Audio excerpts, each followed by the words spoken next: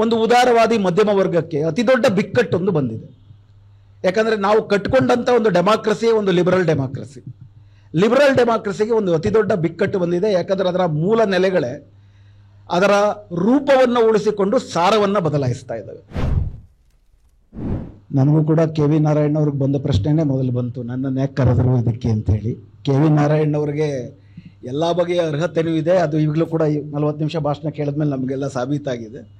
ಆದರೆ ನನಗೆ ಯಾವ ಅರ್ಹತೆ ಇದೆ ಅಂದರೆ, ಯಾಕಂದರೆ ಪ್ರಧಾನವಾಗಿ ನಾನು ಕಾರ್ಯಕರ್ತ ಅನ್ನೋದು ಕನ್ನಡದಲ್ಲಿ ಆಕ್ಟಿವಿಸ್ಟ್ ಅನ್ನೋದಕ್ಕೆ ಸರಿಯಾದ ಅನುವಾದ ಅಲ್ಲ.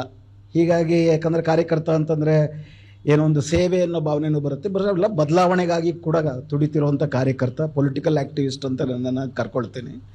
ಆ ಅರ್ಥದಲ್ಲಿ ಸಾಹಿತ್ಯವನ್ನು, ಸಮಾಜವನ್ನು ನನಗೆ ತೋರಿದ ಮಟ್ಟಿಗೆ, ನನಗೆ ದಕ್ಕುವಷ್ಟರ ಮಟ್ಟಿಗೆ ಅರ್ಥ ಮಾಡ್ಕೊಳ್ಳೋ ಪ್ರಯತ್ನದಲ್ಲಿದ್ದೀನಿ.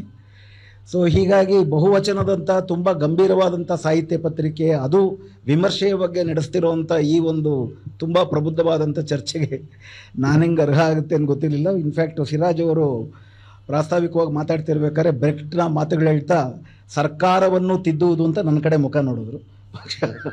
ಅದೊಂದು ಸರ್ಕಾರ ತಿದ್ದಕ್ಕಾಗಲ್ಲ, ನಿಮಗೆ ಗೊತ್ತಿದೆ. ಸರ್ಕಾರವನ್ನು ಬದಲಾಯಿಸಬೇಕಷ್ಟೇ, ತಿದ್ದಕ್ಕಾಗೋದಿಲ್ಲ.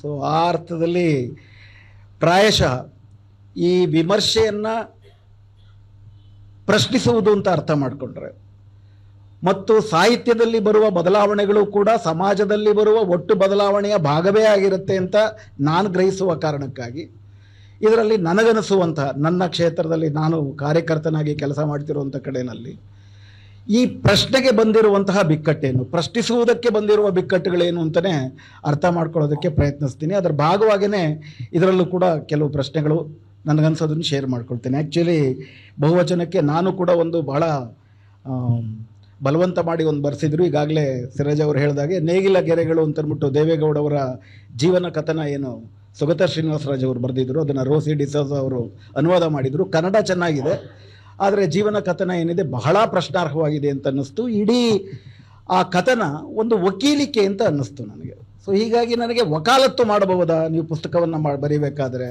ಅದರಲ್ಲೂ ಜೀವನ ಕಥನವನ್ನು ಬರೀಬೇಕಾದ್ರೆ ನಿಮಗೆ ಬೇಕಾದ್ದು ಮಾತ್ರ ತಗೊಂಡು ನಿಮಗೇನು ಬೇಕೋ ಅದನ್ನು ಮಾಡುವಂಥದ್ದೇ ಒಂದು ವಿಮರ್ಶೆಯು ಆ ರೀತಿ ವಕೀಲಿಕೆ ಆಗ್ತಿಲ್ವಾ?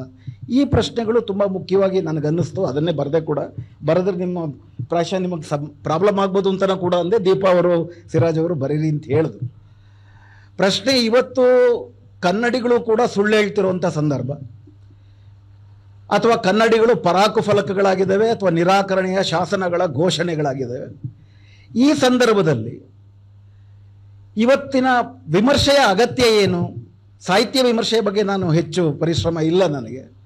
ಪ್ರಶ್ನಿಸುವುದು, ಬದಲಿಸುವುದು ಎಲ್ಲಕ್ಕಿಂತಲೂ ಹೆಚ್ಚು ಅಗತ್ಯ ಯಾಕಾಗುತ್ತೆ ಅಂತಂದರೆ, ಈ ದೇಶದ 99% ಜನ ಬದುಕುವುದು ಕಷ್ಟ ಆಗ್ತಿದೆ.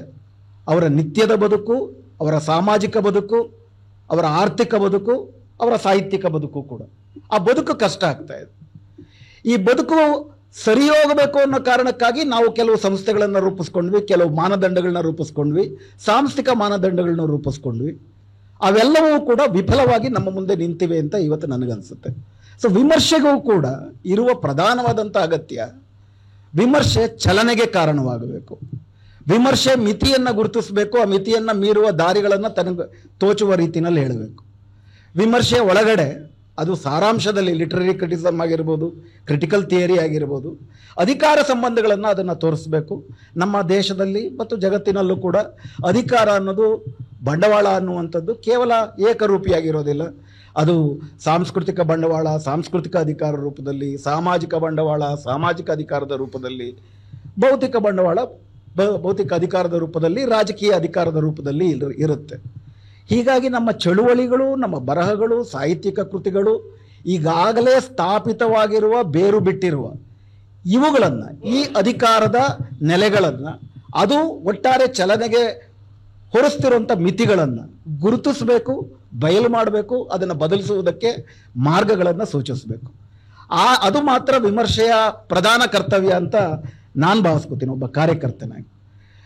ಅದರಲ್ಲಿ ವಿಶೇಷವಾಗಿ ಇವತ್ತು ನಾವು ಹಾದು ಹೋಗ್ತಿರೋ ಕಾಲಘಟ್ಟದಲ್ಲಿ ಒಂದು ಉದಾರವಾದಿ ದೃಷ್ಟಿಕೋನಕ್ಕೆ, ಒಂದು ಉದಾರವಾದಿ ಮಧ್ಯಮ ವರ್ಗಕ್ಕೆ ಅತಿ ದೊಡ್ಡ ಬಿಕ್ಕಟ್ಟೊಂದು ಬಂದಿದೆ. ಯಾಕಂದರೆ ನಾವು ಕಟ್ಕೊಂಡಂಥ ಒಂದು ಡೆಮಾಕ್ರಸಿ ಒಂದು ಲಿಬರಲ್ ಡೆಮಾಕ್ರಸಿ. ಲಿಬರಲ್ ಡೆಮಾಕ್ರಸಿಗೆ ಒಂದು ಅತಿ ದೊಡ್ಡ ಬಿಕ್ಕಟ್ಟು ಬಂದಿದೆ. ಯಾಕಂದರೆ ಅದರ ಮೂಲ ನೆಲೆಗಳೇ ಅದರ ರೂಪವನ್ನು ಉಳಿಸಿಕೊಂಡು ಸಾರವನ್ನು ಬದಲಾಯಿಸ್ತಾ ಇದ್ದಾವೆ. ಹೀಗಾಗಿ ವಿಮರ್ಶೆನಲ್ಲೂ ಕೂಡ ನಾವು ನೋಡಿದಾಗ ಒಂದು ಸಂಪೂರ್ಣ ಭಕ್ತರಿದ್ದಾರೆ. ಭಕ್ತರು ಹಲವಾರು ಥರ ಇದ್ದಾರೆ. ಒಂದು ಭಕ್ತರು ಈಗ ನಮಗೆ ಗೊತ್ತಿರೋ ಹಾಗೆ ಭಗವದ್ಗೀತೆ ಸಿಕ್ಕಿದ್ದಕ್ಕೇನೆ ನೋಡಿ, ವಿಮಾನ ಕುಸಿದು ಬಿದ್ದರೂ ಕೂಡ ಭಗವದ್ಗೀತೆ ಉಳಿತು ಅಂತ ಹೇಳಿ ಅದನ್ನು ಭಾರತದ ಹೆಮ್ಮೆ ಅಂತ ಹೇಳುವಂತಹ ಭಕ್ತರು ಒಂದು ಕಡೆ.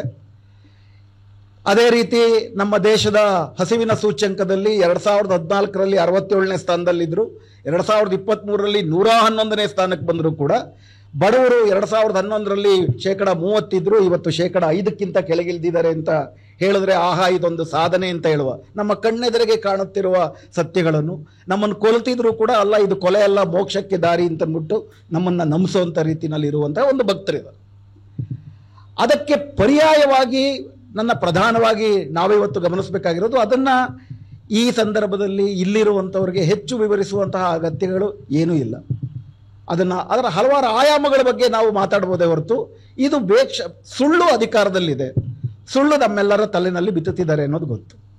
ಈ ಸುಳ್ಳಿಗೆ ಪರ್ಯಾಯವಾದಂಥ ಸತ್ಯ ಏನು, ನಿಜವಾದ ಪರ್ಯಾಯ ಏನು, ವಿಮರ್ಶೆಗೆ ನಿಜವಾದ ಪರ್ಯಾಯ ಏನು ಅಂತ ನಾರಾಯಣ ಅವರು ಹೇಳಿದಾಗೇನೆ ಬದಲಾವಣೆ ಅಂತ ಏನು ಕರಿತೀವಿ ಆ ಬದಲಾವಣೆಗೆ ಪರ್ಯಾಯವನ್ನು ನಾವು ಹಾಕ್ಕೊಳ್ಬೇಕಂತಂದ್ರೆ ಈ ಮೂಲ ಸ್ಥಿತಿ ಏನಿದೆ ಅದರ ಮೂಲ ಕಾರಣಗಳೇನು ಅಂತಂದ್ಬಿಟ್ಟು ನಾವು ಗುರುತಿಸೋದಕ್ಕೆ ಸಾಧ್ಯ ಆಗಿದೆಯಾ, ಗುರುತಿಸಿದ್ರು ಕೂಡ ಕುರುಡರಾಗಿ ನಾವು ನೋಡ್ತಿದ್ದೀವಿ ಅನ್ನೋ ಪ್ರಶ್ನೆ ತುಂಬ ಮುಖ್ಯ ಅಂತ ಅನ್ಸುತ್ತೆ. ಜೂನ್ 14 ಇವತ್ತು ಚೇಗುವಾರ ಹುಟ್ಟಿದ ದಿನ ಅಂತ ಫೇಸ್ಬುಕ್ಕಲ್ಲಿ ಸುಮಾರಷ್ಟು ಚರ್ಚೆಗಳು ನಡೀತಾ ಇದ್ದಾವೆ. ಚೇಗುವಾರನ ಸಿಂಬಲ್ಗಳು ಹಾಕ್ಕೊಂಡು ಕೇವಲ ಅದನ್ನೊಂದು ನೆಟ್ ಬನಿಯನ್ ಮೇಲೆ ಹಾಕ್ಕೊಂಡು ಚೇಗುವಾರ ಯಾರಂತನೂ ಸುಮಾರು ಜನ ಗೊತ್ತಿಲ್ಲಿರೋ ರೀತಿಯಲ್ಲಿ ಜಗತ್ತಿದೆ. ಚೇಗುವಾರ ಇರ್ಬೋದು, ಅವರೆಲ್ಲರೂ ಆ ತರಹದವರು. ಜಗತ್ತಿನ ಮುಂದಿಟ್ಟಂಥ ಪ್ರಶ್ನೆ ಇವತ್ತು ಮೂಲಭೂತವಾಗಿ ಸಮಾಜ ಅದರ ಅಧಿಕಾರಗಳ ಪಲ್ಲಟವಾಗದೀರ ಮತ್ತು ಮೂಲಭೂತವಾಗಿ ಸಮಾನತೆ ಅನ್ನೋದು ಸ್ಟ್ರಕ್ಚರಲ್ ಆಗಿ ಮತ್ತು ಸೋಷಿಯಲ್ ಆಗಿ ಕಲ್ಚರಲ್ ಆಗಿ ಆ ಸಮಾನತೆ ಎಲ್ಲರಿಗೂ ದಕ್ಕುವಂತೆ ಆಗದೀರ ಬದಲಾವಣೆಗಳು ಅಂತ ಏನು ನಾವು ಕರಿತೀವಿ ಅದು ಕೇವಲ ರೂಪದ ಬದಲಾವಣೆ ಆಗಿರುತ್ತೆ, ಸಾರದ ಅಸಮಾನತೆ ಮುಂದುವರಿಯುತ್ತೆ ಅಂತಲೇ ಹೇಳ್ತಾ ಬರ್ತಿದ್ದಾರೆ. ಇದೇ ಜೂನ್ 25ಕ್ಕೆ ಎಮರ್ಜೆನ್ಸಿ ಘೋಷಣೆಯಾಗಿ ಬಹುಶಃ 75 ಒಂದು 50 ವರ್ಷ ಏನೋ ಆಗ್ತಾ ಬರ್ತದೆ. ಯಥಾ ಪ್ರಕಾರ ಆಡಳಿತ ವರ್ಗದವರು ಎಲ್ಲರೂ ಕೂಡ ಹೇಗೆ ಎಮರ್ಜೆನ್ಸಿ ಅತ್ಯಂತ ಘನಘೋರವಾಗಿತ್ತು ಇವೆಲ್ಲ ಚರ್ಚೆಗಳು ಶುರುವಾಗುತ್ತೆ. ಆದರೆ ಎಮರ್ಜೆನ್ಸಿಗೂ ಇವತ್ತಿರುವಂತಹ ಕಾಲಘಟ್ಟಕ್ಕೂ ಇರುವಂತಹ ಸಾಮ್ಯತೆಗಳೇನು ವ್ಯತ್ಯಾಸಗಳೇನು ಅಂತ ನಾವು ಗುರುತಿಸದೆ ಹೋದರೆ ಮತ್ತು ಇದಕ್ಕೆ ಪರ್ಯಾಯವಾಗಿ ಎಮರ್ಜೆನ್ಸಿನಲ್ಲಿ ಎಲ್ಲವೂ ಚೆನ್ನಾಗಿತ್ತು ಅದೆಲ್ಲವೂ ಕೂಡ ವಿದೇಶಿ ಪ್ರೊಪಗ್ಯಾಂಡಾ ಅಂತ ಹೇಳುವ ಇನ್ನೊಂದು ಅತಿಗೂ ಕೂಡ ಹೋಗ್ತಾ ಇದ್ದಾರೆ. ಎಮರ್ಜೆನ್ಸಿನಲ್ಲಿ ಬ್ಯಾಂಕ್ ನ್ಯಾಷನಲೈಸೇಷನ್ ಆಯಿತು, ಆ ಕಾಲಘಟ್ಟದಲ್ಲಿ ಇಂದಿರಾ ರೆಜಿಮ್ನಲ್ಲಿ ಹಲವಾರು ಬದಲಾವಣೆಗಳು ಬಂತು, ಇವೆಲ್ಲವೂ ಕೂಡ ಒಂದು ಆಳುವ ವರ್ಗದ ಸಂಚು ಅಂತ ಹೇಳುವಂತಿದೆ. ಇದು ಒಂದು ಇವತ್ತಿರೋದು ಅನ್ಡಿಕ್ಲೇರ್ಡ್ ಎಮರ್ಜೆನ್ಸಿ. ಇವತ್ತು ನಮ್ಮ ದೇಶದಲ್ಲಿ ರೈಟ್ ಟು ಎಕ್ಸ್ಪ್ರೆಷನ್ ಇದೆ, ರೈಟ್ ಆಫ್ಟರ್ ಎಕ್ಸ್ಪ್ರೆಷನ್ ಇಲ್ಲ, ಇವೆಲ್ಲವೂ ಕೂಡ ಗೊತ್ತಿರುವಂಥ ವಿಷಯಗಳೇ. ನಮ್ಮ ಕಣ್ಣೆದುರುಗಡೆನೆ 3 ಥರದ ವಿಮರ್ಶೆಗಳನ್ನು ಮಾಡಿದವರು 3 ರೀತಿಯಲ್ಲಿ ಇವತ್ತಿದ್ದಾರೆ. ಆನಂದ್ ತೇಲ್ತುಂಬಡೆ ಮತ್ತು ಅವರ ಸಂಗಡಿಗರು, GN ಸಾಯಿಬಾಬಾ, ಸ್ಟ್ಯಾನ್ ಸ್ವಾಮಿ, ಈ ಥರದವರು ಮೂಲಭೂತ ಬದಲಾವಣೆಗಳನ್ನು ಬಯಸಿದವರು, ಅದಕ್ಕಾಗಿ ಹೋರಾಟ ಮಾಡಿದವರು 4-5 ವರ್ಷಗಳಿಂದ ಜೈಲಲ್ಲಿದ್ದಾರೆ. ವರವರ್ರಾವ್ ಅವರು ಹೆಲ್ತ್ ಕಾರಣಕ್ಕಾಗಿ ಜಾಮೀನನ್ನು ತಗೊಂಡು ಹೊರಗಡೆ ಇದ್ದಾರೆ, ಯಾವತ್ತೇನಾಗುತ್ತೆ ಅನ್ನೋದು ಗೊತ್ತಿಲ್ಲ. ಇನ್ನು ಹಲವಾರು ಒಳಗಡೆ ಇದ್ದಾರೆ. ಅಂದರೆ ಈ ವ್ಯವಸ್ಥೆಯಲ್ಲಿ ಏನು ಮಾನದಂಡಗಳು ಅಥವಾ ಏನೊಂದು ಸಂಸ್ಥೆಗಳನ್ನ ರೂಪಿಸ್ಕೊಂಡ್ವಿ ಅದು ನಿಜವಾದ ಪ್ರಜಾತಂತ್ರವನ್ನು ಬದುಕನ್ನು ಕೊಡಲಿಲ್ಲ ಅಂತ ಆರೋಪ ಮಾಡಿದವ್ರನ್ನ ಅವರನ್ನು ಭಯೋತ್ಪಾದಕರು ಅಂತ ಹೇಳಲಾಗಿದೆ. ಸ್ವಲ್ಪ ಮಟ್ಟಿಗೆ ಪರ್ಯಾಯವನ್ನು ಇರುವುದರಲ್ಲೇ ಹುಡುಕಬೇಕು ಅಂತ ಅಂದ್ಕೊಂಡವರು ಯೋಗೇಂದ್ರ ಯಾದವ್ ಈ ಥರದವ್ರು ಇರುವಂಥವ್ರು. ಅವರು ಒಂದು ರೀತಿಯಲ್ಲಿ ನಿರಂತರವಾಗಿ ಪ್ರಚಾರ ಮಾಡ್ತಿದ್ದಾರೆ, ಆದರೆ ಅವರು ಬಯಸ್ತಿರುವಂಥ ಸಾಧನಗಳು ಆಚರಣೆಗೆ ಬರ್ತಿಲ್ಲ.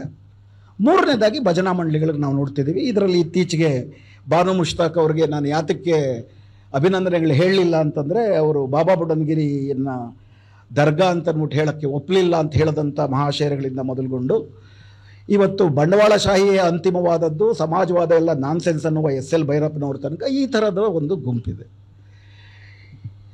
ಬಹುಶಃ ಲಿಟರರಿ ಕ್ರಿಟಿಸಿಸಮ್ನಲ್ಲೂ ಕೂಡ ನಾವು ಈ ಥರದ 3 ಗುಂಪುಗಳನ್ನು ನೋಡಬಹುದೇನೋ.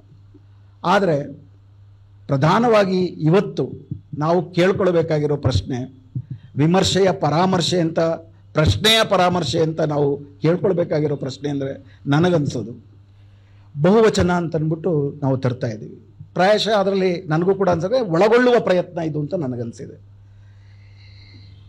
ಒಂದು ಪ್ರಶ್ನೆ ಬರೋದೇನಂತಂದರೆ, ಕರ್ನಾಟಕದಲ್ಲಿ ಭೂಸಾ ಸಾಹಿತ್ಯ ಅಂತ ಅಂದ್ಬಿಟ್ಟು ಬಸವಲಿಂಗಪ್ಪನವ್ರು ಹೇಳಿದಾಗ ಅದೊಂದು ದೊಡ್ಡ ಸಾಮಾಜಿಕ ಚಳುವಳಿಗೆ ಕಾರಣ ಆಯಿತು. ಇವತ್ತು ಯಾವುದೇ ಸಾಹಿತ್ಯ ವಿಮರ್ಶೆಗಳು ಸಾಮಾಜಿಕ ಚಳುವಳಿಗಳಿಗೆ ಯಾಕೆ ಕಾರಣ, ಒಂದು ದಾರಿಯನ್ನು ಮಾಡಿಕೊಡ್ತಿಲ್ಲ? ಶಾನ್ಭಾಗ್ ಅವರು, ವಿವೇಕ್ ಶಾನ್ಭಾಗ್ ಅವರು ನನಗೆ ಗೌರಿ ಲಂಕೇಶ್ ಅವ್ರ ಕಾಲದಿಂದಲೂ ಪರಿಚಯ, ಇನ್ಫ್ಯಾಕ್ಟ್ ಜಗಳದ ಮೂಲಕನೇ ಪರಿಚಯ. ಆ್ಯಕ್ಚುಲಿ ಗೌರಿ ಪತ್ರಿಕೆಯಲ್ಲಿ ದೇಶವಿದೇನ ಕಾಲವಿದೆ, ದೇಶ ಕಾಲದ ಬಗ್ಗೆ ಬಂದಾಗ ತುಂಬ ಒಂದು ರೀತಿ ಕ್ಯಾನ್ಸಲ್ ಕಲ್ಚರ್ನ ಸ್ವರೂಪದಲ್ಲಿರ್ಬೋದಾದಂಥ ವಿಮರ್ಶೆಗಳು ಬಂದರೂ ಸತ್ಯಾಂಶಗಳಿದ್ದು. ಆದರೆ ವಿಷಯ ಏನಪ್ಪ ಅಂತಂದರೆ, ಬದಲಾವಣೆಗೆ ಅತ್ಯಂತ ಮುಖ್ಯವಾಗಿ ಬೇಕಾಗಿರೋದು, ಮಾರ್ಕ್ಸ್ ಕೂಡ ಒಂದು ಕಾಲಘಟ್ಟದಲ್ಲಿ ಹೇಳಿದಾಗೆ, ರುತ್ಲೆಸ್ criticism of all that exist. ನಮ್ಮ ಸುತ್ತಮುತ್ತಲೂ ಇರುವ ಎಲ್ಲದರ ನಿರ್ದಾಕ್ಷಿಣ್ಯವಾದಂಥ ಕಠೋರವಾದಂಥ ವಿಮರ್ಶೆ. ಆ ಸುತ್ತಮುತ್ತಲ ನೆರೆಹೊರೆಯಲ್ಲಿ ನಾನು ಕೂಡ ಇರ್ತೀನಿ ಅನ್ನೋದು ತುಂಬ ಮುಖ್ಯವಾದದ್ದು. ಸ್ವ ಮತ್ತು ಪರ ಎರಡು ಒಟ್ಟಿಗೆ ಇರ್ತದೆ. ಈ ಸ್ವಾದಲ್ಲಿ ನಾವು ಅಂದರೆ ಈ ದೇಶ ಅಂತ ಇಟ್ಕೊಂಡ್ರಾಗ ಏಕಕಾಲದಲ್ಲಿ ನಾವು ಭಿನ್ನ ಭಿನ್ನ ದೇಶ, ಕಾಲ, ಲೋಕದಲ್ಲಿ ಬದುಕ್ತಾ ಇದ್ದೀವಿ. ಹೀಗಾಗಿ ಅತ್ಯಂತ ದಮನಿತರಿಗೆ ಪ್ರಧಾನವಾದಂಥ ಆ ದೃಷ್ಟಿಕೋನಗಳು ಪ್ರಧಾನಧಾರೆ ದೃಷ್ಟಿಕೋನಗಳಾಗದೀರ, ಅದು ಬದಲಾವಣೆಯ ಪ್ರಧಾನವಾದಂಥ ಮಾರ್ಗದರ್ಶನವಾಗದೀರ ಈ ದೇಶದಲ್ಲಿ ವಿಮರ್ಶೆಗೆ ಒಂದು ಪರ್ಯಾಯ ಮಾರ್ಗ ಸಿಗುತ್ತಾ ಅನ್ನೋ ಒಂದು ಲಾರ್ಜರ್ ಪ್ರಶ್ನೆಯನ್ನು ಕೂಡ ರಾಜಕೀಯದ ಹಿನ್ನೆಲೆಯಲ್ಲಿ ಇಟ್ಕೊಂಡು ಹೇಳ್ತಿದ್ದೀನಿ. ಆ ಅರ್ಥದಲ್ಲಿ ಇವತ್ತು ನಾವು ಕಮ್ಯುನಲಿಸಮ್ಗೆ ಸೆಕ್ಯುಲರಿಸಮ್ ಅನ್ನುವಂಥದ್ದು ಒಂದು ಪರ್ಯಾಯ ಅಂತ ಹೇಳಿದಾಗ, ಸೆಕ್ಯುಲರಿಸಮ್ ಒಳಗಡೆ ಸುಮಾರಷ್ಟು ಕ್ರಿಟಿಕ್ಗಳಿದೆ. ಒಂದು ಎಲೈಟ್ ಸೆಕ್ಯುಲರಿಸಮ್ ಇದೆ. ಆ ಅರ್ಥದಲ್ಲಿ ಈ ಎಲೈಟ್ ಸೆಕ್ಯುಲರಿಸಮು ಒಂದು ಜನರ ಒಂದು ಸೆಕ್ಯುಲರಿಸಮ್ ಆಗಬೇಕು. ಕೇವಲ ಎಲ್ಲರೂ ಒಟ್ಟಿಗೆ ಸೇರಿ, ನನಗೆ ಜ್ಞಾಪಕ ಇದೆ 92ರಲ್ಲೋ ಯಾವಾಗಲೂ ರಾಜಾಜಿನಗರ ರಾಮ ಮಂದಿರದಲ್ಲಿ ಒಬ್ಬಟ್ಟಿನಿಂದ ಬಾಡೂಟದವರೆಗೆ ಅಂತ ಅಂದ್ಬಿಟ್ಟು ಒಂದು ಕಾರ್ಯಕ್ರಮ ಏರ್ಪಡಿಸಿದ್ವಿ. ಬಂದ್ವಿ, ಬೆಂಗಳೂರಿನಲ್ಲಿದ್ದವರು ಒಬ್ಬಟ್ಟು ಬಾಡೂಟ ತಿಂದ್ವಿ, ಆದರೆ ಮೊಹಲ್ಲಾಗಳು ಗಲ್ಲಿಗಳು ಒಟ್ಟಿಗೆ ಸೇರ್ಕೊಂಡು ಅನ್ನೋ ಪ್ರಶ್ನೆಗಳು ಹಾಗೆ ಉಳಿತು. ತಳಮಟ್ಟದಲ್ಲಿ ಇರುವಂತಹ ದಮನಿತ ಶಕ್ತಿಗಳು ಐಕ್ಯವಾಗದಿರ, ಆ ಐಕ್ಯತೆ ಸಹಜವಾಗಿ ರೂಪುಗೊಳ್ಳದಿರ, ನೋವು ಸಂಕಟಗಳು ಒಟ್ಟಿಗೆ ಒಂದು ರಾಜಕೀಯ ಶಕ್ತಿ ಆಗದಿರ, ಅದು ಒಟ್ಟಾಗದಿರ, ಇದು ಒಂದು ಪರ್ಯಾಯವಾಗಬಹುದಾ? ಬಹುವಚನ, ಈಗ ದೇಶ ಕಾಲದ ಮೇಲೆ ವಿಮರ್ಶೆ ಆ ರೀತಿ ಬಂತು, ಅದಾದ್ಮೇಲೆ ಬಹುವಚನ ಅಂತ ನೋಡಿದಾಗ ಒಳಗೊಳ್ಳೋದಿದೆ. ಇವತ್ತಿನ ರಾಜಕೀಯ ಪ್ರಶ್ನೆ ಏನಂತಂದ್ರೆ, ಬಹುವಚನ ಬಹುಜನರ ವಚನ ಆಗುತ್ತಾ? ಬಹುಜನರು ಇದ್ದಾರೆ, ಬಟ್ ಬಹುಜನರಿದ್ದ ಮಾತ್ರಕ್ಕೆ ಬಹುಜನ ವಚನ ಆಗುತ್ತಾ? ಇದು ತುಂಬಾ ಗಂಭೀರವಾದ ಪ್ರಶ್ನೆ. ಪ್ರಾತಿನಿಧ್ಯ ತನ್ನಂತೆ ತಾನೇ ಒಂದು ಮೌಲ್ಯ, ಅದನ್ನು ನಿರಾಕರಿಸುವಂಥದ್ದಲ್ಲ. ಬಟ್ ಪ್ರತಿನಿಧಿಗಳೆಲ್ಲರೂ ಕೂಡ ಅದೇ ಸಂವೇದನೆಯನ್ನ ಇಟ್ಕೊಂಡಿದ್ದಾರ? ಪ್ರಾತಿನಿಧ್ಯವನ್ನ ಯಥಾವತ್ ಪ್ರತಿಪಾದಿಸ್ತಲೇ ಅಯೋಧ್ಯ ಜಡ್ಜ್ಮೆಂಟ್ ಬಂತು. ಅಯೋಧ್ಯ ಜಡ್ಜ್ಮೆಂಟಲ್ಲಿ ಅದರಲ್ಲಾಗಿರುವಂಥ ಮೋಸಗಳ ಬಗ್ಗೆ ನಾನು ವಿವರಿಸ ಹೇಳಕ್ಕೆ ಹೋಗೋದಿಲ್ಲ. ಸುಮಾರು ಒಂದು 250 ಪುಟಗಳು ಬಾಬರಿ ಮಸೀದಿಗಳ ಕೆಳಗಡೆ ರಾಮ ಮಂದಿರ ಇರಲಿಲ್ಲ ಅಂತ ಹೇಳ್ತಿರೋ ASI ವರದಿಯನ್ನು ಯಥಾವತ್ ಬಳಸ್ಕೊತಾರೆ ಅವರು. ರಾಮ ಮಂದಿರ ಇರಲಿಲ್ಲ ಅಂತಂದ್ರೂ ಕೂಡ ಮತ್ತೆ 8ನೇ ಶತಮಾನದಿಂದ 12ನೇ ಶತಮಾನದ ತನಕ ಶಿವ ಮಂದಿರದಿಂದ ಹಿಡಿದು ಬೌದ್ಧ ವಿಹಾರಗಳ ತನಕ ಇದ್ದಂಥ ಅವಶೇಷಗಳು ಸಿಕ್ಕು ಅಂತೆಲ್ಲ ಹೇಳ್ತಾರೆ. ಅದೆಲ್ಲ ಆದಮೇಲೆ ಒಟ್ಟಾರೆಯಾಗಿ 5 ಜನ ಅಲ್ಲಿ ಬಾಬರಿ ಮಸೀದಿಯನ್ನು ಕೆಡವಿದ್ದು ತಪ್ಪು ಅಂತಲೂ ಹೇಳಿ, ಯಾರು ಕೆಡವಿದ್ರು ಅವ್ರಿಗೆ ರಾಮ ಮಂದಿರ ಮಾಡೋದಕ್ಕೆ ಅವಕಾಶ ಮಾಡಿಕೊಟ್ರು. 5 ಜನ ಜಡ್ಜಿಗಳು. ಭಾರತದ ಇತಿಹಾಸದಲ್ಲಿ for the first time in the history of judiciary it was a unanimous and anonymous judgment. ಯಾರೂ ಸೈನ್ ಮಾಡಿಲ್ಲ. ಇದ್ದ 5 ಜಡ್ಜಿಗಳಲ್ಲಿ ಚಂದ್ರಚೂಡ್ ಅವರು ಇದ್ದರು, ಮಹಾನ್ ಲಿಬರಲ್ ವ್ಯಕ್ತಿ. ಚಂದ್ರಚೂಡಿಂದ ಹಿಡಿದು ಅಬ್ದುಲ್ ನಜೀರ್ ಅವರು ಕೂಡ ಇದ್ದರು. ಅಬ್ದುಲ್ ನಜೀರ್ ಅವರು ಕೂಡ ಅದರ ಬಗ್ಗೆ ಯಾವುದೇ ರೀತಿಯ ಭಿನ್ನಮತವನ್ನು ವ್ಯಕ್ತಪಡಿಸಲಿಲ್ಲ. ಹಿಜಾಬ್ ಬಗ್ಗೆ ಇಲ್ಲಿ ಹೈಕೋರ್ಟಲ್ಲಿ ತ್ರಿಸದಸ್ಯ ಪೀಠದಲ್ಲಿ ಚರ್ಚೆ ಆಗಬೇಕಾದ್ರೆ ಕಾಜಿ ಅಂತ ಅಂದ್ಬಿಟ್ಟು ಒಬ್ಬರು ಮೇಡಮ್ನ ಕೂಡಿಸ್ಕೊಂಡಿದ್ರು. ನೀವು ಅದನ್ನು ನೋಡಿದ್ರೆ ಹೈಕೋರ್ಟಲ್ಲಿ ಲೈವ್ ಸ್ಟ್ರೀಮ್ ಮಾಡಿದ್ರು. ಅವರು ಆ ಅಂತಿರಲಿಲ್ಲ, ಹೂ ಅಂತಿರಲಿಲ್ಲ. ದೀಕ್ಷಿತ್ ಮತ್ತು ಅವಸ್ಥಿ ಅವರಿಬ್ಬರೇ ಎಲ್ಲವನ್ನು ಕೂಡ ಮಾಡ್ತಾ ಇದ್ರು. ಶಬರಿಮಲೈ ದೇವಸ್ಥಾನಕ್ಕೆ ಮುಟ್ಟಾದ ಮಹಿಳೆಯರನ್ನ ಬಿಡಬೇಕಾ ಅನ್ನೋ ಸುಪ್ರೀಂ ಕೋರ್ಟ್ನಲ್ಲಿ ಚರ್ಚೆ ಆದಾಗ 5 ಜನರ ಜಡ್ಜಲ್ಲಿ ಇದ್ದ ಏಕೈಕ ಮಹಿಳಾ ಜಡ್ಜು ಇಂದಿರಾ ಬ್ಯಾನರ್ಜಿ ಅವರು ಮಾತ್ರ ಅದಕ್ಕೆ ಭಿನ್ನಮತ ವ್ಯಕ್ತಪಡಿಸಿದ್ರು. ಒಳ ಮೀಸಲಾತಿಯ ಬಗ್ಗೆ ನಡೆದಂಥ ಸುಪ್ರೀಂ ಕೋರ್ಟ್ನ ಸುದೀರ್ಘವಾದ ವಿಚಾರಣೆಯಲ್ಲಿ 7 ಜನರ ಬೆಂಚಲ್ಲಿ ಇದ್ದ ಏಕೈಕ ದಲಿತ ಜಡ್ಜು ಇವತ್ತಿನ ಹಾಲಿ ಚೀಫ್ ಜಸ್ಟಿಸ್ ಆದಂಥ ಗವಾಯಿ ಅವರು ಅದರಲ್ಲಿ ಒಳ ಮೀಸಲಾತಿ ಬೇಕಂತಂದ್ರೂ ಕೂಡ ಕ್ರೀಮಿ ಲೇಯರ್ ಹಾಕಲೇಬೇಕು ಅಂತಿದ್ರು. ಮೀಸಲಾತಿ ಪ್ರಾತಿನಿಧ್ಯಕ್ಕೆ ಮಾತ್ರ ಸೀಮಿತವಾದರೆ ಪ್ರಾತಿನಿಧ್ಯ ಬೇಕೇ ಬೇಕು. ಇದು ಯಾವುದು ಕೂಡ ಪ್ರಾತಿನಿಧ್ಯನ ನಿರಾಕರಿಸಬಾರದು. ಬಟ್ ಪ್ರಾತಿನಿಧ್ಯ ಮಾತ್ರವೇ ಸಾಲದು ಅಂತಂದ್ರೆ ಪ್ರಶ್ನೆ ಇನ್ನೂ ಆಳವಾಗಿ ಹಾಕ್ಕೊಳ್ಬೇಕಾಗತ್ತೆ. ಬದಲಾವಣೆ ಪರ್ಯಾಯ ಬರಬೇಕು ಅಂದ್ರೆ ಪ್ರಶ್ನೆ ಇನ್ನೂ ಆಳಕ್ಕೇನೆ ಹೋಗ್ಬೇಕಾಗತ್ತೆ. ಸೊ ಆ ಅರ್ಥದಲ್ಲಿ ಇವತ್ತು ನಮಗೆ ಇವತ್ತಿನ ವ್ಯವಸ್ಥೆಗೆ ಯಾಕೆ ಹೀಗಾಯಿತು? 91ನ್ನೇ ನೀವು ಒಂದು ಮಾನದಂಡವಾಗಿ ಇಟ್ಕೊಂಡ್ರೆ, ಅಥವಾ 84ರನ್ನ ಒಂದು ಮಾನದಂಡವಾಗಿ ಇಟ್ಕೊಂಡ್ರೆ, 84ರ ಚುನಾವಣೆ ಏನಿದೆ ಅದು ಪ್ರಾಯಶಃ ಭಾರತದ ಲೋಕಸಭಾ ಚುನಾವಣೆಗಳಲ್ಲಿ ಈವರೆಗೆ ಅತಿ ಹೆಚ್ಚು ವೋಟ್ ಶೇರು ಮತ್ತು ಅತಿ ಹೆಚ್ಚು ಸೀಟ್ ಶೇರ್ನ ಕಾಂಗ್ರೆಸ್ಗೆ ತಂದುಕೊಟ್ಟಿದ್ದು, ಯಾವುದೇ ಪಕ್ಷಕ್ಕೆ ತಂದುಕೊಟ್ಟಿದ್ದು ಆ ಚುನಾವಣೆ. 49.2% ವೋಟ್ ಶೇರು, 414 ಸೀಟು ಕಾಂಗ್ರೆಸ್ಗೆ. 2024ರಲ್ಲಿ 19% ವೋಟ್ ಶೇರು, ಒಂದು 100 ಸೀಟ್. ಅದರಿಂದ 2019ರಲ್ಲಿ ಕೇವಲ 52 ಸೀಟುಗಳಿದ್ದು. ಈ ಡಿಕ್ಲೈನ್ಗೆ ಏನು ಕಾರಣ? ಅದೇ ಸಮಯದಲ್ಲಿ ಬಿಜೆಪಿಗೆ 7% ಇದ್ದಿದ್ದು ಇವತ್ತು ಸೋತ್ರು ಗೆದ್ರು 36% ಆಗಿರುವುದಕ್ಕೆ ಏನು ಕಾರಣ? ಮತ್ತು ಇವತ್ತು ಏನು ವ್ಯವಸ್ಥೆ ಅನುಸರಿಸ್ತಾ ಇದೆ ನೀತಿಗಳು, ಇದರ ಎಲ್ಲ ಬೀಜಗಳು ಕೂಡ ಬಿಜೆಪಿಯೇತರ ಸರ್ಕಾರದಲ್ಲೇ ಇತ್ತು. ಬಿಜೆಪಿಯೇತರ ಸರ್ಕಾರವನ್ನ ಇವತ್ತು ನಾವು ಕಾಣ್ತಿರೋದಕ್ಕಿಂತ ಭಿನ್ನ ಅಂತ ನಾವು ಅರ್ಥ ಮಾಡ್ಕೊಂಡ್ರೆ ಸಮಸ್ಯೆ ಆಗುತ್ತೆ. ಇದನ್ನ ಲಿಟರರಿ ಕ್ರಿಟಿಸಿಸಮ್ಗಳಿಂದ ಹಿಂದೆ ಇಳಿಯೋದೇನಂತಂದ್ರೆ, ನೀವು ಪರ್ಯಾಯ ಯಾವುದು ಅಂತ ಹೇಳ್ತೀವಿ. ಆಗ ಏನು ತಪ್ಪಿತ್ತು ನಮ್ದ್ರಲ್ಲಿ? ಅಂದ್ರೆ ಮಾನದಂಡಗಳು ಮತ್ತು ನಮಗೆ ಸಲಕರಣೆಗಳು ಬೇಕು ವಿಶ್ಲೇಷಣೆ ಮಾಡುವುದಕ್ಕೆ ಅಂತ ಹೇಳದಂತೇನೆ. ಹಾಗಾದ್ರೆ ಏನು ತಪ್ಪಿತ್ತು ಈ ವ್ಯವಸ್ಥೆನಲ್ಲಿ? ಯಾತಕ್ಕೆ ಪ್ರಜಾತಂತ್ರ ಇವತ್ತು ಈ ಪರಿಸ್ಥಿತಿಗೆ ಬಂದು ನಿಂತಿದೆ? ಯುದ್ಧಗಳು ನಡೀತಾ ಇದೆ. ನಿನ್ನೆ ವಿಶ್ವಸಂಸ್ಥೆನಲ್ಲಿ ಮತ್ತೆ ಇಸ್ರೇಲು ಪ್ಯಾಲೆಸ್ತೈನ್ ಮೇಲೆ ಯುದ್ಧ ನಿಲ್ಲಿಸಬೇಕು, ಕೂಡಲೇ ಕದನ ವಿರಾಮ ಘೋಷಿಸಬೇಕು ಅಂತಂದ್ರೆ 192 ದೇಶದಲ್ಲಿ 148 ದೇಶಗಳು ನಿಲ್ಲೋದಕ್ಕೆ ಕದನ ವಿರಾಮಕ್ಕೆ ವೋಟ್ ಹಾಕಿದ್ದಾವೆ. 19 ಅಬ್ಸ್ಟೈನ್ ಆಗಿದ್ದಾವೆ, 12 ಪರವಾಗಿ ವೋಟ್ ಹಾಕಿದ್ದಾವೆ. ಇವತ್ತಿಗೂ ಕೂಡ ಭಾರತ ಅಬ್ಸ್ಟೈನ್ ಆಗುತ್ತೆ. ಆದರೆ ಇವತ್ತು ಮಾತ್ರ ಆಗಿರೋ ಬದಲಾವಣೆಯ 1998ರಲ್ಲೇ ನರಸಿಂಹರಾವ್ ಅವರು ಇಲ್ಲಿ ಇಸ್ರೇಲ್ಗೆ ಒಂದು ಏನಂತಾರೋದಕ್ಕೆ ಕನ್ಸುಲೇಟ್ನ ಶುರು ಮಾಡಿದ್ರು. ಜ್ಯೋತಿ ಬಸು ಅವರು 2096ರಲ್ಲಿ ಹೋಗ್ಬಿಟ್ಟು ಅಲ್ಲಿ ಇಸ್ರೇಲ್ನಿಂದ ವ್ಯಾವಹಾರಿಕ ಸಂಬಂಧಗಳನ್ನು ಕುದುರಿಸ್ಕೊಂಡು ಬಂದರು. 1952ರಿಂದಲೂ ಕೂಡ ವಿಜಯಲಕ್ಷ್ಮಿ ಪಂಡಿತ್ ಅವರು ಇಸ್ರೇಲಿನ ಜೊತೆ ಬೇರೆ ಬೇರೆ ರೀತಿಯ ಸಂಬಂಧಗಳನ್ನ ಇಟ್ಕೊಂಡಿದ್ರು. ಜಯಪ್ರಕಾಶ್ ನಾರಾಯಣ್ ಅವರು 1970ರಲ್ಲಿ ಮುಂಬೈನಲ್ಲಿ ಭಾಷಣ ಮಾಡ್ತಾ ಒಂದು ಸಮಾಜವಾದಿ, ಕಮ್ಯುನಿಸ್ಟೇತರ ಸಮಾಜವಾದಿ ದೇಶದ ಉದಾಹರಣೆ ನಿಮ್ಗೆ ಏನಾದರೂ ಬೇಕಂದ್ರೆ ಇಸ್ರೇಲ್ ಅಂತ ಹೇಳಿದ್ರು. ಅಷ್ಟೊತ್ತಿಗಾಗಲೇ 67ರ ಯುದ್ಧ ಆಗಿತ್ತು. ಗಾಜಾ ಮತ್ತು ವೆಸ್ಟ್ ಬ್ಯಾಂಕ್ನ ಆಕ್ಯುಪೈ ಮಾಡಾಗಿತ್ತು. ಮೂಲ ಎಲ್ಲಿದೆ? ನಾವು ಅತಿಗಳನ್ನ ಮಾತ್ರ ನೋಡಿ ಆ ಅತಿಗೆ ಕಾರಣವಾದಂಥ ಪ್ರಕ್ರಿಯೆಗಳನ್ನ ಬಿಟ್ಟು ನೋಡಿದ್ರೆ ಪರ್ಯಾಯವನ್ನ ನಾವು ಕಟ್ಟಿಕೊಳ್ಳುವುದಕ್ಕೆ ಆಗುತ್ತಾ? ಹಸುವಿನ ಸೂಚ್ಯಂಕ 67 ಇದ್ದಿದ್ದು 114ಕ್ಕೆ ಬಂತು. ಹಸುವನ್ನ ನಾವು ಮಾನದಂಡ ಮಾಡೋದ್ರಲ್ಲೇ ದೊಡ್ಡ ಸಮಸ್ಯೆಗಳು ಮಾಡ್ಕೊಂಡಿದ್ದೀವಿ. ಅವೆಲ್ಲವೂ ಅದರ ವಿವರಗಳಿಗೆ ಹೋಗ್ಬೇಕಾಗಿಲ್ಲ. UAPA ಅಂತ ಒಂದಿದೆ, ನಮ್ಮೆಲ್ಲ ಅಭಿವ್ಯಕ್ತಿ ಸ್ವಾತಂತ್ರ್ಯಗಳಿಗೂ ಕೂಡ ಅತಿ ದೊಡ್ಡ ಧಕ್ಕೆಯನ್ನು ತರುವಂಥದ್ದು. UAPA ಜಾರಿ ಮಾಡಿದ್ಯಾರು? 67ರಲ್ಲಿ ಅದು ಒಂದು ರೂಪದಲ್ಲಿತ್ತು. 67ರಲ್ಲೂ ಕೂಡ ಇಂದಿರಾ ಗಾಂಧಿಯವರು ಅದನ್ನು ಜಾರಿಗೆ ಮಾಡಿದ್ದು. ಇನ್ಫ್ಯಾಕ್ಟ್ ಎಮರ್ಜೆನ್ಸಿ ಬಂದಾಗ 2 ವಿಷಯಗಳು ಹೇಳಲೇಬೇಕು ಸರ್, ಟೈಮ್ ಆದ್ರೆ ಹೇಳ್ಬಿಡಿ. ಇದರಲ್ಲಿ ಎಮರ್ಜೆನ್ಸಿನಲ್ಲಿ ಸುಮಾರಷ್ಟು ಜನ ನಾವಿವತ್ತು ಅದು ತುಂಬಾ ಪ್ರಗತಿಪರವಾಗಿತ್ತು, ಪ್ರಗತಿಪರವಾದದ್ದೇನಾದರೂ ಜಾರಿಗೆ ತರಬೇಕು ಅಂತಂದ್ರೆ ಬಲಪ್ರಯೋಗ ಅತ್ಯಗತ್ಯ, ಹೀಗಾಗಿ ಎಮರ್ಜೆನ್ಸಿಯ ಬಲಪ್ರಯೋಗ ಅತ್ಯಗತ್ಯವಾಗಿತ್ತು ಅಂತೇಳಿ ಮೋದಿಯ ಅನ್ಡಿಕ್ಲೇರ್ಡ್ ಎಮರ್ಜೆನ್ಸಿಯನ್ನ ಪ್ರತಿರೋಧಿಸೋದಕ್ಕೆ ಹೋಗ್ತಾ ಆ ಕಡೆ ವಾಲ್ತಿರೋ ಸಂದರ್ಭದಲ್ಲಿ ಇನ್ಫ್ಯಾಕ್ಟ್ 72ರಲ್ಲೇ ಜಮ್ಶೆಡ್ಜಿ ಟಾಟಾ ಅವರು ಟಾಟಾ ಮೆಮೊರಾಂಡಮ್ ಅಂತ ಕೊಡ್ತಾರೆ ಇವ್ರಿಗೆ, HRD ಟಾಟಾ ಅವರು. ಟಾಟಾ ಮೆಮೊರಾಂಡಮ್ನಲ್ಲಿ ಇವತ್ತೇ ನೀವು PPP ಅಂತ ಹೇಳ್ತೀರಿ, ಪಬ್ಲಿಕ್ ಪ್ರೈವೇಟ್ ಪಾರ್ಟಿಸಿಪೇಷನ್, ಅದೆಲ್ಲವೂ ಕೂಡ ಅದರ ಮೂಲ ಇದ್ದದ್ದು ಟಾಟಾ ಮೆಮೊರಾಂಡಮ್ನಲ್ಲಿ. ಇನ್ಫ್ಯಾಕ್ಟ್ ಎಮರ್ಜೆನ್ಸಿನಲ್ಲಿ ಅತಿ ಹೆಚ್ಚು ಸಂತೋಷ ಪಟ್ಟವರು ಯಾರು? ಟಾಟಾ ಮತ್ತು ಬಿರ್ಲಾಗಳು. ಯಾಕಂತಂದ್ರೆ ಸ್ಟ್ರೈಕ್ಗಳು ಕಡಿಮೆ ಆದವು, ರೈಲುಗಳು ಸರಿಯಾದ ಟೈಮಿಗೆ ಬರ್ತವೆ ಅಂತೇಳಿ. ಇದರ ಇನ್ನೊಂದು ಭಾಗ ಏನು? ಎಮರ್ಜೆನ್ಸಿಯನ್ನ ಹಾಡಿ ಹೊಗಳದವರು ಸಂಘ ಪರಿವಾರದವರು. ತುರ್ತು ಪರಿಸ್ಥಿತಿ ಘನಘೋರ, ಆದರೆ ಉದ್ದಕ್ಕೂ ಕೂಡ ಆಗ ಯಾರವರು ಬಾಳಾ ಸಾಹೇಬ್ ದೇವರಸ್ ಅವರು ಸರಸಂಘ ಚಾಲಕರಾಗಿದ್ರು. 3 ಸತಿ ಕ್ಷಮಾಪಣಾ ಪತ್ರ ಬರೀತಾರೆ. ಬರೆದುಬಿಟ್ಟು ನಾವು ನಿಮ್ಮ ಜೊತೆ ಕೈಗೂಡಿಸಿ ಕಮ್ಯುನಿಸ್ಟರ ದಬ್ಬಾಳಿಕೆ ಮಾಡುವುದಕ್ಕೆ ಇಂದಿರಾ ಗಾಂಧಿಯವರ ಜೊತೆ ಕೈಗೂಡಿಸುತ್ತೇವೆ, ದಯವಿಟ್ಟು ನಮ್ಮನ್ನು ಬಿಟ್ಬಿಡಿ ಅಂತೇಳಿ.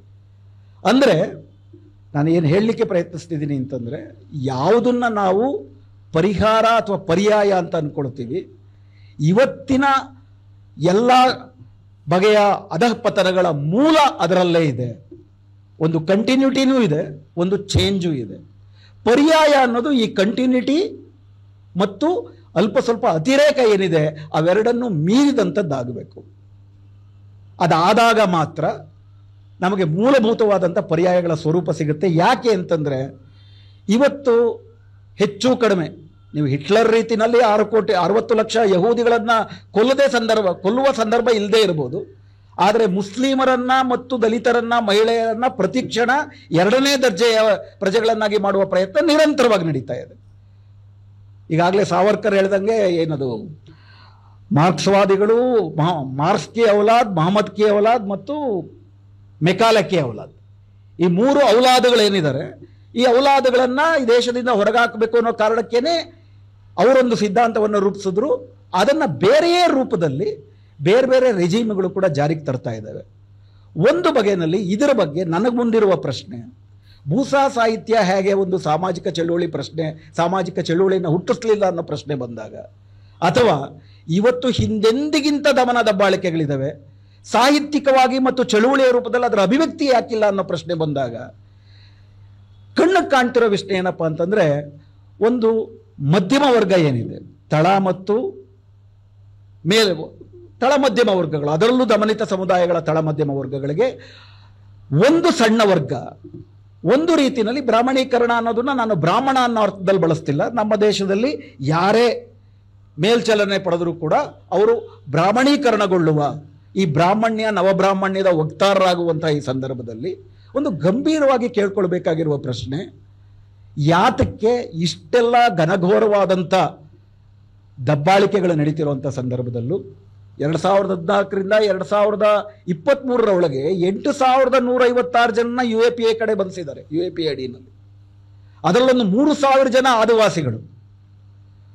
ನಾವು ಉಕ್ರೇನ್ ಯುದ್ಧದ ಬಗ್ಗೆ ಮಾತಾಡ್ತೀವಿ, ಅದೇ ರೀತಿ ಪ್ಯಾಲೆಸ್ತೈನ್ ಯುದ್ಧದ ಬಗ್ಗೆ ಮಾತಾಡ್ತೀವಿ. ನಮ್ಮದೇ ದೇಶದಲ್ಲಿ ಆದಿವಾಸಿಗಳ ಮೇಲೆ ಛತ್ತೀಸ್ಗಢಲ್ಲಿ ಆಪರೇಷನ್ ಕಗಾರ್ ಅಂತೇಳಿ ಕೇವಲ ಜನವರಿಯಿಂದ ಮೇ ಒಳಗಡೆ 650 ಜನರನ್ನ ಕೊಂದಾಕಿದ್ದಾರೆ. ಅಲ್ಲಿ ಆ ಹೋರಾಟದ ನೇತಾರಿಕೆ ವಹಿಸಿದ್ದಂಥ CPI ಮಾವೋವಾದಿಗಳ ನಾಯಕರನ್ನ ಹತ್ಯೆ ಮಾಡಿದ ಮರುದಿನವೇ 1,75,000 ಮರಗಳನ್ನು ಕಡಿದು ಅಲ್ಲಿರೋ ಖನಿಜ ಸಂಪತ್ತನ್ನೆಲ್ಲ ಮಾರ್ಕೊಂಡು ಹೋಗೋದಕ್ಕೆ ಅಂಬಾನಿಗಳಿಗೆ, ಅದಾನಿಗಳಿಗೆ, ವೇದಾಂತಕ್ಕೆ ಅವಕಾಶ ಮಾಡಿಕೊಟ್ಟಿದ್ದಾರೆ. ಆಪರೇಷನ್ ಕಗಾರು ಆಪರೇಷನ್ ಗ್ರೀನ್ ಹಂಟ್ನ ಮುಂದುವರಿಕೆ. UAPA ಛತ್ತೀಸ್ಗಢಲ್ಲಿ, ಗುಜರಾತಲ್ಲಿ ಈ ಹಿಂದೆ ಕಾಂಗ್ರೆಸ್ನವರು ಹಾಕಿದ್ದೇ ಇವರು ಮುಂದುವರಿಸ್ತಿದ್ದಾರೆ. ಅಂದರೆ ಸಾರದಲ್ಲಿ ನಮ್ಮ ದೇಶದ ವ್ಯವಸ್ಥೆ ಉಳ್ಳವರ, ಕಾರ್ಪೊರೇಟ್ ಅಧಿಪತಿಗಳ, ಬ್ರಾಹ್ಮಣ್ಯದ ಒಟ್ಟಾರೆ ಸಾಂಸ್ಕೃತಿಕ ಸ್ವರೂಪಗಳ ರಕ್ಷಕನಾಗಿ ಬದಲಾಗಿದೆಯಾ? ಯಾವುದನ್ನ ಬದಲಾಯಿಸ್ತಾರೆ ಅಂತ ಅಂದ್ಬಿಟ್ಟು ನಾವು ಅನ್ಕೊಂಡ್ವಿ. ಅಲ್ಲಿ ಕುಂಭಮೇಳ ನಡೆಯುತ್ತೆ, ಇಲ್ಲಿ ಟಿ ನರಸೀಪುರದಲ್ಲಿ ಇನ್ನೊಂದು ಕುಂಭಮೇಳ ನಡೆಯುತ್ತೆ. 92 ಕೋಟಿ ರೂಪಾಯಿನಲ್ಲಿ ಕಾವೇರಿ ಆರತಿ ನಡೆಯುತ್ತೆ. ಭಗವದ್ಗೀತೆಯನ್ನ ಎಲ್ಲ ಕಡೆ ಯಾರವರು ನಾಗೇಶ್ ಅನ್ಸುತ್ತೆ, ಅವಾಗ ಎಜುಕೇಷನ್ ಮಿನಿಸ್ಟರ್ ಆಗಿದ್ದವರು, ಎಲ್ಲ ಪ್ರೈಮರಿ ಸ್ಕೂಲುಗಳಲ್ಲೂ ನೈತಿಕ ಪಠ್ಯವನ್ನಾಗಿ ಭಗವದ್ಗೀತೆಯನ್ನು ಇಡಬೇಕು ಅಂತ ಸೋಂದಾ ಮಠದವರು ಎಲ್ಲ ಕಡೆ ಅದನ್ನು ಮುಂದುವರಿಸ್ಕೊಂಡು ಹೋದರೆ ಅದನ್ನು ವಿರೋಧಿಸಿದ್ರು. ಕಾಂಗ್ರೆಸ್ ವಿರೋಧ ಪಕ್ಷದಲ್ಲಿತ್ತು. ಅವರೇ ಅಧಿಕಾರಕ್ಕೆ ಬಂದ ಮೇಲೆ ಸೋಂದಾ ಮಠದ ಭಗವದ್ಗೀತಾ ಅಭಿಯಾನದ ಸಮಾರೋಪ ಸಮಾರಂಭದ ಮುಖ್ಯ ಅತಿಥಿಯಾಗಿ ಹೆಬ್ಬಾಳ್ಕರ್ ಅವರು ಇರ್ತಾರೆ, ಲಕ್ಷ್ಮೀ ಹೆಬ್ಬಾಳ್ಕರ್ ಅವರು. ಏನ್ರಿ ಹಿಂಗೆ ಅಂತ ಅಂದ್ಬಿಟ್ಟು ನೀವು DK ಶಿವಕುಮಾರ್ ಅವ್ರನ್ನ ಕೇಳಿದ್ರೆ, DK ಶಿವಕುಮಾರ್ ಅವರು ನಾವು ಹಿಂದೂಗಳಲ್ವೇನ್ರಿ, ಇದು ಹಿಂದೂ ರಾಷ್ಟ್ರ ಅಲ್ವೇನ್ರಿ ಅಂತ ಹೇಳ್ತಾರೆ. ಗ್ರೇಟರ್ ಬ್ಯಾಂಗ್ಳೂರ್ ಅಥಾರಿಟಿ ಅಂತ ಮಾಡ್ತಾರೆ, ಸ್ಲಮ್ ಅಜೆಂಡಾ ಇಲ್ಲ ಅದರಲ್ಲಿ. 17,000 ಕೋಟಿ ರೂಪಾಯಿ ಖರ್ಚಲ್ಲಿ 22 ಲಕ್ಷ ಕಾರುಗಳ ಮಾಲೀಕರಿಗೆ ವಿಶೇಷವಾದಂಥ 2 ರಸ್ತೆಗಳನ್ನು ಮಾಡ್ತಾರೆ. ಸಾರದಲ್ಲಿ ಏನು ವ್ಯತ್ಯಾಸ ಬರ್ತಾ ಇದೆ? ಹಾಗಾದರೆ ಅತಿರೇಕದಲ್ಲಿ ವ್ಯತ್ಯಾಸ ಇರಬಹುದು, ಆದರೆ ಕಾರಣವೇ ಒಂದು ಗಾಯವಾಸಿ ಆಗಲಿಲ್ಲ ಅನ್ನೋ ಕಾರಣ ಗ್ಯಾಂಗ್ರೀನ್ ಆಗುತ್ತೆ. ನಾವು ಗ್ಯಾಂಗ್ರೀನ್ಗೆ ಮಾತ್ರ ಔಷಧಿ ತಗೊಂಡ್ರೆ ಸರಿ ಹೋಗುತ್ತಾ? ಪರ್ಯಾಯದ ಅನ್ವೇಷಣೆಗಳು ಮೂಲಕ್ಕೆ ಹೋಗಬೇಕಲ್ವಾ? ಒಂದು ಸಾಮಾಜಿಕ ಸಿದ್ಧಾಂತವಾಗಿ ಕೂಡ ನಾವು ನೋಡಿದ್ರೆ ನಿರ್ದಿಷ್ಟ ಸಂದರ್ಭದಲ್ಲೇ ನಿರ್ದಿಷ್ಟ ವಿಮರ್ಶೆಗಳು, ನಿರ್ದಿಷ್ಟ ಸಿದ್ಧಾಂತಗಳು ಯಾಕೆ ಬರ್ತವೆ?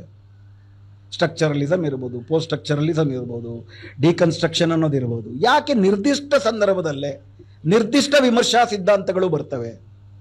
ಅದರ ಕೆಲವು ನಿರ್ದಿಷ್ಟ ಸಿದ್ಧಾಂತಗಳನ್ನು ಸಂಪೂರ್ಣವಾಗಿ, ಅದಕ್ಕೆ ಯಾವುದೇ ಬುನಾದಿ ಇಲ್ದಿದ್ರೂ ಕೂಡ ಸಂಪೂರ್ಣವಾಗಿ ಅದನ್ನು ಮರೆಮಾಚಲಾಗುತ್ತೆ. ಇದರ ಹಿಂದಿರುವಂತಹ ಸಾಮಾಜಿಕ ಶಕ್ತಿಗಳು, ಸಾಮಾಜಿಕ ವಿದ್ಯಮಾನಗಳೇನು? ಇದನ್ನ, ಈ ಅರಿವನ್ನು ಹೆಂಗೆ ತರುವುದಕ್ಕೆ ಸಾಧ್ಯ? ನಮ್ಮಲ್ಲೊಂದು ಮಂಪರಿದೆ. ನಮ್ಮ ಕರ್ನಾಟಕದ ಸರಾಸರಿ ಪ್ರಗತಿಪರರು, ನನ್ನನ್ನು ಒಳಗೊಂಡಂತೇನೆ ಹೇಳ್ಬೋದಾದರೆ, ನಮಗೆ ಸರ್ವೇ ಜನ ಸುಖಿನೋ ಭವಂತು ಅನ್ನೋದು ನಮ್ಮ ಆಶಯ. ಆ ಸರ್ವೇ ಜನ ಸುಖಿನೋ ಭವಂತು ಅನ್ನುವಂಥದ್ದು ತನ್ನಂತೆ ತಾನೇ ಆಗಲ್ಲ. ಅದಕ್ಕೆ ಒಂದು ಈಗಾಗಲೇ ಮೇಲಿರೋರು ಕೆಳಗಿಳಿಬೇಕು, ಈಗಾಗಲೇ ಕೆಳಗಿರೋರು ಮೇಲೆ ಇರಬೇಕು. ಹಂಚಿಕೊಂಡು ತಿನ್ನಬೇಕು, ಇರೋರು ಹಂಚ್ಕೋಬೇಕು, ಇಲ್ದಿರೋರು ಪಡ್ಕೊಳ್ಬೇಕು. ಇದು ಕೂಡ ಒಂದು ಸಂಘರ್ಷದ ಥರ ಕಾಣುತ್ತೆ. ಸಂಘರ್ಷವಿಲ್ಲದೆ ಬದಲಾವಣೆ ಇಲ್ಲ, ಒಂದು ರೀತಿಯ ಸಾಮರಸ್ಯವಾದಿ ಆದಂತಹ ಒಂದು ತಿಳುವಳಿಕೆ ಒಂದು ಪ್ರಗತಿಪರ ಧಾರೆನಲ್ಲೂ ಇರುವಂತಹ ಈ ಸಂದರ್ಭದಲ್ಲಿ ಸಾಮರಸ್ಯದಿಂದ ಈ ರೀತಿ ಅಂದರೆ ಶೋಷಕ ಮತ್ತು ಶೋಷಿತರ ಸಾಮರಸ್ಯದಿಂದ ಆಗುವ ಬದಲಾವಣೆ ಕೇವಲ ಸಾರರೂಪದ ಬದಲಾವಣೆ ಇಲ್ಲ, ರೂಪದ ಬದಲಾವಣೆ ಮಾತ್ರ ಆಗಿರುತ್ತೆ. ಆ ರೂಪದ ಆಚೆಗೆ ಏನಾಗುತ್ತಪ್ಪ ಅಂತಂದರೆ ನಾವು ಬ್ಯಾನರ್ ನೋಡಿಕೊಂಡು ಒಳಗಡೆ ಇದನ್ನು ಬಿಟ್ಟು ಒಳಗಡೆ ಏನೇ ಆದರೂ ಕೂಡ ಅದೇನೋ ಇದೆಯಲ್ಲ, ಯಾರು ಥಾಮಸ್ ಪೈನ್ ಹೇಳಿರೋದು, ಪ್ಲಮೆಟ್ನ ನೋಡಿ ಸಾಯ್ತಾ ಇರೋವಂಥ ಪಕ್ಷಿಯನ್ನು ನೋಡ್ತಾ ಇಲ್ಲ ಅಂತ ಅಂದ್ಬಿಟ್ಟು ಏನಿದೆ ಅದನ್ನು ಆ ಥರದ್ದು ಆಗ್ಬೋದು ವಿಮರ್ಶೆನಲ್ಲೂ ಕೂಡ ಅಂತ ಅನಿಸುತ್ತೆ. ಸೊ ಮತ್ತೆ ನಾನು ಹೇಳ್ತೀನಿ, ಈ ವೇದಿಕೆಯ ಮೇಲೆ ಸಾಹಿತ್ಯಕ್ಕೆ ಸಂಬಂಧಪಟ್ಟಂಥ ವಿಮರ್ಶೆಗೆ ಸಂಬಂಧಪಟ್ಟಂಥ ಮಾತುಗಳನ್ನು ಆಡುವುದಕ್ಕೆ ನಾನು ಅರ್ಹನಲ್ಲ. ಆದರೆ ವಿಮರ್ಶೆ ಅನ್ನುವಂಥದ್ದು ಒಂದು ಪ್ರಶ್ನಿಸುವ ಬದಲಿಸುವ ಕ್ರಿಯೆ ಅಂತ ಆದರೆ ಸಾಹಿತ್ಯವೂ ಕೂಡ ಆ ಅರ್ಥದಲ್ಲಿ ಏಕಕಾಲದಲ್ಲಿ ಕನ್ನಡಿಯೂ ಏಕಕಾಲದಲ್ಲಿ ಪ್ರೇರಣೆಯೂ ಕೂಡ ಆಗಬೇಕು ವಸ್ತುಸ್ಥಿತಿಗೆ ಮತ್ತು ಬದಲಾವಣೆಗೆ ಅನ್ನೋದಾದರೆ ಇವತ್ತು ನಾವೇನು ಒಂದು ರೀತಿಯ ಮಂಪರು ಕಾಣ್ತಿದ್ದೀವಿ ಪರ್ಯಾಯದ ಅನ್ವೇಷಣೆಯಲ್ಲಿ ಮತ್ತು ಸಂದರ್ಭದ ವಿಶ್ಲೇಷಣೆಯಲ್ಲಿ ಏನು ಆ ಮಂಪರಿದೆ, ಆ ಮಂಪರು ಒಂದು ರೀತಿಯಲ್ಲಿ ಯಾರು ಹೊಸ ಶಕ್ತಿಯಾಗಿ ಬರ್ಬೋದಾಗಿತ್ತು ನಮ್ಮ ಒಟ್ಟಾರೆ ಸಾಹಿತ್ಯಕ್ಕಾಗಲಿ ಚಳುವಳಿಗಾಗಲಿ ಹೊಸ ಭಾಷೆ, ಹೊಸ ಲೋಕ, ಹೊಸ ನೋಟ ಬಂದದ್ದು ಹೊಸ ಹೊಸ ದಮನಿತ ಶಕ್ತಿಗಳು ಅದನ್ನು ಪ್ರವೇಶ ಮಾಡ್ತಿದ್ದಂತೆಯೇ ಖಂಡಿತವಾಗಿ ಒಂದು ದೊಡ್ಡ ಬಗೆಯ ವಿಪ್ಲವಗಳು ಸೃಷ್ಟಿಯಾಯಿತು. ಯಾಕಂದ್ರೆ ಇದುವರೆ ತನಕ ಒಪ್ಪದೇ ಇರೋರಿಗೆ ಹೊಸ ನೋಟ, ಹೊಸ ವಿಶ್ಲೇಷಣೆ ಇವೆಲ್ಲವೂ ಕೂಡ ಇರುಸು ಮುರುಸಾಯಿತು. ಈಗ ಅದರ ಅಗತ್ಯ ಇನ್ನೂ ಹೆಚ್ಚಿದೆ. ಈಗ ಯಾಕೆ ಆಗ್ತಿಲ್ಲ ಅನ್ನೋ ಪ್ರಶ್ನೆಗೆ ಮಾತ್ರ ಇನ್ನೂ ಪರಿಪೂರ್ಣವಾದಂಥ ಉತ್ತರ ಸಿಗಬೇಕಾಗಿದೆ. ಆ ಉತ್ತರ ಮತ್ತೆ ಕೇವಲ ಚಿಂತನೆಯ ಪ್ರಯೋಗಶಾಲೆಗಳಲ್ಲಿ ಸಿಗೋದಿಲ್ಲ. ಆ ಉತ್ತರ ಮತ್ತೆ ಯಾವ ರೀತಿ ಆ ಶಕ್ತಿಗಳು ತಮ್ಮನ್ನು ತಾವು ಬದುಕಿಗೆ ಆಚರಣೆಗೆ ಒಡ್ಡಿಕೊಂಡು ಅದರ ಮೂಲಕ ಸಾಹಿತ್ಯವನ್ನು ಸೃಷ್ಟಿ ಮಾಡಿದ್ರು, ಅದರ ಮೂಲಕ ಆ ಸಾಹಿತ್ಯದ ವಿಮರ್ಶಾ ಮಾನದಂಡಗಳು ಸೃಷ್ಟಿಯಾದವು, ಅದೇ ಮತ್ತೆ ಆಗಬೇಕಾಗಿದೆ. ಆ ನಿಟ್ಟಿನಲ್ಲಿ ವಿಮರ್ಶಕರು ಕಾರ್ಯಕರ್ತರಾಗಬೇಕು ಅಂತ ನನಗನ್ಸುತ್ತೆ.